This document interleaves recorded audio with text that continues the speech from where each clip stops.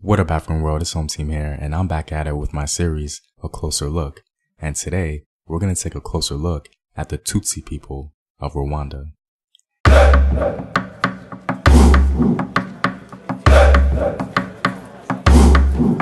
And as always, if you want access to sources, courses, and exclusive videos, you can do so on patreon.com. The link is in the description box below. The Tutsi are called by a number of similar names, including Batutsi, Tutsi, Watutsi, or Watusi. In Rwanda today, they're usually referred to officially as Batutsi. The Batutsi number around 2.5 million in the Central African states of Rwanda and Burundi. A small number of Batutsi, usually called Banyarwanda, indicating they're originally from Rwanda, also live in the Democratic Republic of Congo. Now, for this video, I'm going to have to ask for forgiveness before I really get into this episode of the Batutsi, because as much as I tried to focus only on the Batutsi, it became increasingly impossible to speak about Batutsi history without mentioning the Hutu, or more properly known as the Bahutu. Why? Well, because the Bahutus and the Batutsis are very similar people with minuscule differences. The problem with Batutsi history is that its innocence has been stolen due to the conflict of 1994 and the backwards ideology of the Hamitic theory proposed by racist European thought. And if that wasn't enough, even local historians tend to apply some political objectives with historical events, which further confuses the issue. Hopefully you'll understand what I mean once I dive further in. The Batutsi speak Kinyarwanda or Kirundi, the same language spoken by their Bahutu neighbors. If we can sum up the social, political, and cultural history of the Batutsi and their interaction with the Bahutu into one sentence, it would be this. The cattle-owning Batutsi made clients or subjects of the farming Bahutus, and identity between these social groups was largely dependent on owning cattle. In other words, identity in that region, although not exclusive to the ownership of cattle, was still heavily dependent on agriculturist status or pastoralist status, the Bahutu being agriculturist and the Batutsi being pastoralist. Please remember to keep that in mind because it's very important when understanding Batutsi history. One of the earliest oral histories of the Batutsi tells of their greatest cultural hero, Gihanga. The story of Gihanga tells the history of Rwanda from a Batutsi perspective and is of great value to us in the diaspora. The collection of oral history myths of the Batutsi is called the Abitekerezo. According to the Abitekerezo, scattered Hutu and Twa groups inhabited Rwanda when the conquering Tutsi arrived from the north in the 10th century, introducing centralized monarchy, cattle, iron, and other advancements. The Tutsi, specifically the royal clan, developed a powerful, cohesive state from chaos. Gihanga, meaning creator or founder, is described in oral histories as a heroic Tutsi king credited with founding the monarchy in the 11th century. Gihanga was born of a marriage of two lineages. An ancestor of his blacksmith father, the god Kigwa, is said to have come down from the heavens to found the royal line, while his mother descended from Kabeja. During his childhood and youth, he traveled throughout the land, building ties in the south and west before settling in Bahanga in the north. He ruled from a palace in the forest of Bahanga, an area sacred and forbidden until opened to the public in 2004. East African myths of origin concern not only humans, but also cattle, the all-important source of wealth. Gihanga's daughter, Inyararukaba, is believed to have been the first human to taste cow's milk and subsequently domesticated cattle. Other tales relate that Gihanga himself introduced fire, ironworking, woodworking, pottery, and gourd containers to Rwanda.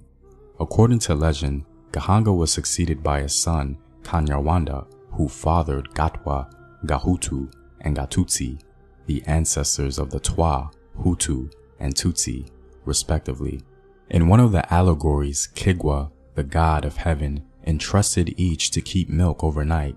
By morning, Gatwa had drunk his milk, Gahuti had spilt his, and only Gatutsi returned his safely. Thus, only Gatutsi was deemed fit to rule. A cult arose around Gahanga and was later introduced to the royal court. The fire of Gahanga was kept burning by the royal court at a site known as the place where the cattle are milked. Whatever our opinions are concerning the Batutsi oral history, this history was no doubt played out in the early Rwandan state. Now, the origin of the Batutsi is of course shrouded in layers and layers of political and social interests from inside and outside the region. I'm not sure if there will ever be a clear and pure retelling of the origin of the Batutsi. However, the most objective and sound idea seems to have recently come about in 2015, and many scholars seem to rally around this idea. But of course, there is still diversity of opinion. So here it is. After the painful memory of the Rwandan genocide began to die down on the world stage, the understanding of Bahutu and Batutsi identity began to be a little more clear. The distinction between the Batutsi and the Bahutu is a socio-political one, and not one based on major ethnic separation. Those of us who insist that the Bahutu and the Batutsi are separate ethnic groups should consider this one fact.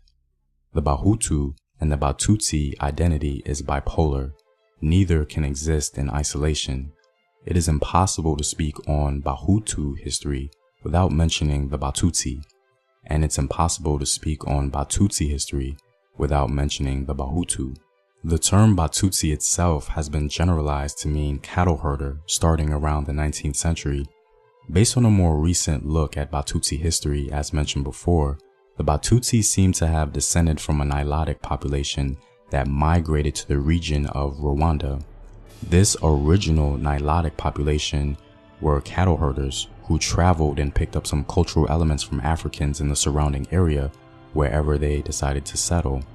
In Rwanda, this original Nilotic population nearly in totality, culturally, genetically, and linguistically intermarried and intermixed with the local Twa and Bahutu people. This population became completely absorbed into the local pool, but because the cultural value in cattle herding remained, this no longer Nilotic group became known as the Batutsi, a strictly local Bantu people, obviously closely related to the Bahutu.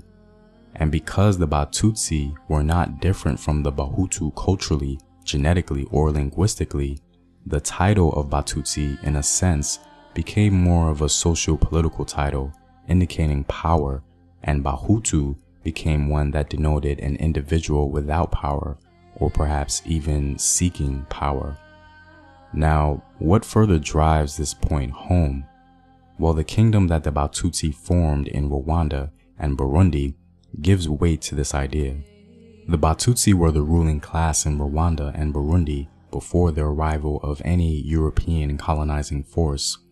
In the Rwanda kingdom, the kings considered divine were the Batutsi, army commanders were all Batutsi, and the Bahutus did hold some positions of power even as advisors, but elevated positions within the kingdom held the social title of a Batutsi, even if they were originally Bahutu. The one institution in the Rwanda kingdom that prevented the Batutsi-Bahutu distinction from hardening into a caste-like difference, just as it prevented the formation of a counter-elite that would in time challenge Batutsi domination, was the rare event of a Bahutu who was able to accumulate cattle and rise the social hierarchy and achieve the political status of a Batutsi, hence becoming a Batutsi in social and symbolic form. This social and political institution within the Rwandan kingdom was called Kwehutura, which literally translates into shed Bahutu-ness. So as we can see, in a sense, the ruling elite developed Bahutu and Batutsi as social and political titles that could be interchangeable despite any so-called foreign or, more correctly, Nilotic features. At the head of the Batutsi complex hierarchical political structure was the Mwami, or king, who, as mentioned before, was considered to be of divine origin. The kingdom of Rwanda was ruled by a Batutsi elite leading to a system that apparently advanced peaceful terms of lower class individuals. Unfortunately, that fragile system was corrupted once in the hands of colonial authority. The colonial authorities, using the Hermetic theory, validated and built on a pre-existing system and even required the Bahutu and the Batutsi to wear identification cards so that they can be distinguished. One key factor of colonial rule that shifted the socio-political system of the local elite into a racial one was ridding the Kwihatura. This event solidified the social statuses of the Bahutu and the Batutsi, as designated Bahutus could no longer rise the social-political ladder anymore.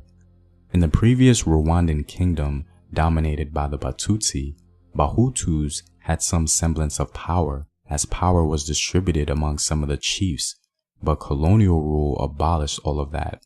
A quote from René Lamarchan's study of colonial Rwanda sums it up nicely. The old balance of forces between cattle chiefs, land chiefs, and army chiefs, which in previous times had served to protect the Bahutu peasantry against undue exactions, was abolished. Now, all chiefs were to be represented by card-holding Batutsis, even if it meant replacing the Bahutu.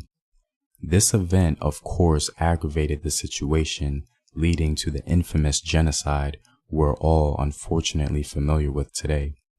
In Rwanda today, the Batutsi and Bahutu live side by side, and these two groups of people have been committed to overcoming the stereotypes concerning ethnic differences. The differences between the two communities are acknowledged and even highlighted on a smaller scale, but on the national level, the commitment to unity persists. The Rwandan embassy in Washington, D.C. emphasizes this with the following quote. Inhabitants of Rwanda are called Banyarwanda. They speak the same language, have the same culture, live on the same hills, and for centuries have intermarried. The three ethnic groups are the Bahutu, the Batutsi, and the Batwa, referred to in the West as Hutus, Tutsis, and Twas. Well, I'm all out, guys. If you like these videos and would like to support in its continued production, go to the link in the description box or simply click the Patreon icon on your screen. Know thyself. Remember your ancestors. Peace.